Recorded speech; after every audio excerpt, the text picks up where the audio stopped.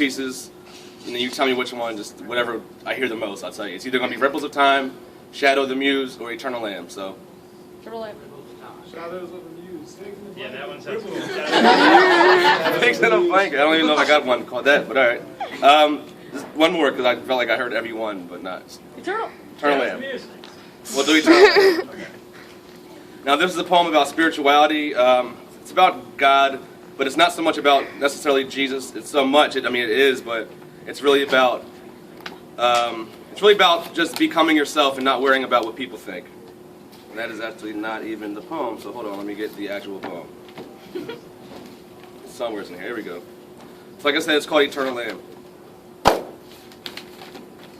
I'm so damn tired of actually performing this piece. I've done it like 10,000 times, but we're going to do it one more time.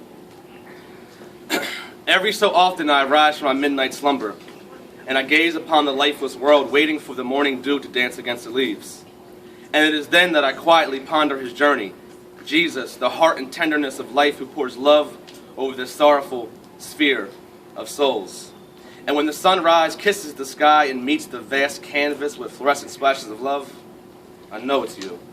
And as I watch the violets violently pushing their way through the soil searching for your light, I feel as if I'm looking into a mirror. And I miss the days of his prestigious youth, as he was born by a river in a little tent. And we should have known then that change was going to come. And before long you were walking the roads of Jerusalem, healing the sick, raising the dead, as beams of your Father's light fell upon your head. And I miss the day John the Baptist dipped that gracious head, as his spirit fled into the immense depths, cascading along towards the pure stream of infinite life. And far below his rightful place he performed this great hymn of love, blowing peaceful choruses to his orchestra of 12. Here, there, and everywhere, people of all walks of life heard about this man spreading love and bliss. But I guess it just wasn't enough, as betrayed by a...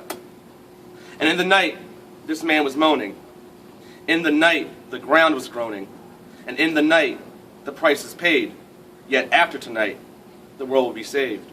And so the next morning, he had awoken aware what punches had spoken, beaten with massive blood loss, his fate to die on the cross. And he had to die for our sins as he dangled on the cross like hair does a bobby pin.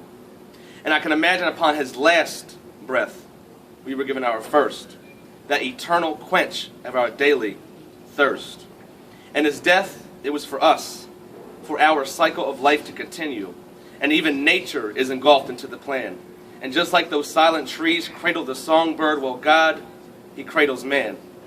Jack Kerouac, subterranean beatnik poet, he spoke to me one night with his glowing, illuminated prose set from the tip of his ink glaring off the ruffled, dusty beat book, Mexico City Blues, and he said, Ryan, man loves in lilies and lives in milk. And in his milk, he lives in creamy emptiness. Yeah, I hear you, Jack. But I say, that when will man, like a young calf feeding from his mother, draw from your word, which is filled with immense light and creamy fulfillment? In this word, it was put here to illuminate our souls so we could rise boundlessly from the prison of hate to the freedom of love. But is it too late?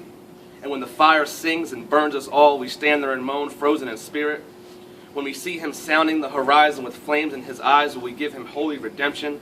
When the sky cracks against the dismal night with his hand stretched out, like it always has from the beginning, will your heart finally become welcoming?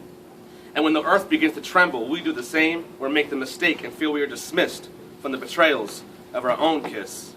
And I feel as if we are weighed down under a tomb of ignorance and have fallen from our mother's womb, punished by doubt, that gloomy bird that strikes us with his wings and pushes us further into the dark sands of eternity.